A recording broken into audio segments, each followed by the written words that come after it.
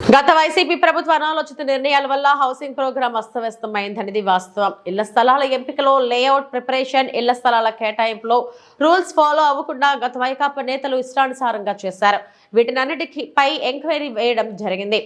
నాడు ఇళ్ల స్థలాల విషయంలో గొప్పలు చెప్పి ఊకదంపుడు ఉపన్యాసాలు చెప్పిన జగన్మోహన్ రెడ్డి అర్హత ఉన్న తెలుగుదేశం, జనసేన పార్టీలకు చెందిన వారికి ఇల్లు శాంక్షన్ అయినప్పటికీ ఇల్లు ఇవ్వలేదు. వీటి మీద కూడా చట్టపరమైన చర్యలు తీసుకుంటాం అని మంత్రి కొలుసు పార్థసారథి అన్నారు. గత ప్రభుత్వం యొక్క అనాలోచిత నిర్ణయాల మూలంగా అధ్యక్ష హౌసింగ్ ప్రోగ్రాం అంతా కూడా కొంచెం అస్తవ్యస్తంగా అయిన మాట వాస్తవం అధ్యక్ష.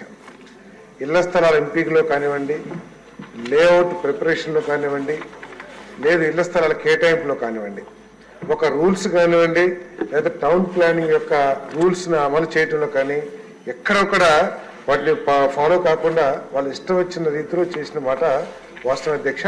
వీటన్నిటి మీద కూడా రెవెన్యూ డిపార్ట్మెంట్ చెప్పినట్లు వీటన్నిటి మీద కూడా ఎంక్వైరీ చేశారని చెప్పేసి రెవెన్యూ శాఖ వారు కూడా చెప్పారు అధ్యక్ష. ఆ రిపోర్ట్ రాగానే తప్పకుండా గౌరవ సభ్యులందరూ కూడా తెలియజేస్తాం అధ్యక్ష. చాలా కొత్త విషయాలు కూడా వస్తాయి అధ్యక్ష. ఎందుకంటే రాష్ట్రం అంతా 1 సెంటు, సెంటున్నర ఇస్తే కందుకూరులో 2 సెంట్లు ఇచ్చేశారు.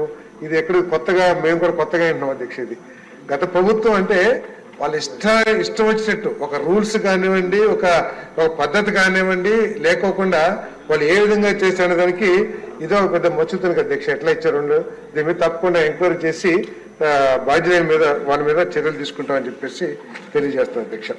అదేవిధంగా గృహ నిర్మాణానికి వస్తే అధ్యక్ష, చాలా ఇల్లు కేటాయింపులో కానివ్వండి చాలా గొప్పగా చెప్పారు.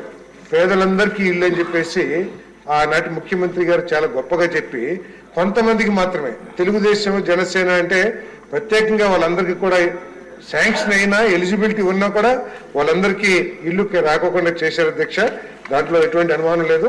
దాని మీద తప్పకుండా చర్యలు తీసుకుంటామని చెప్పేసి నేను మనవి చేస్తాను అధ్యక్ష.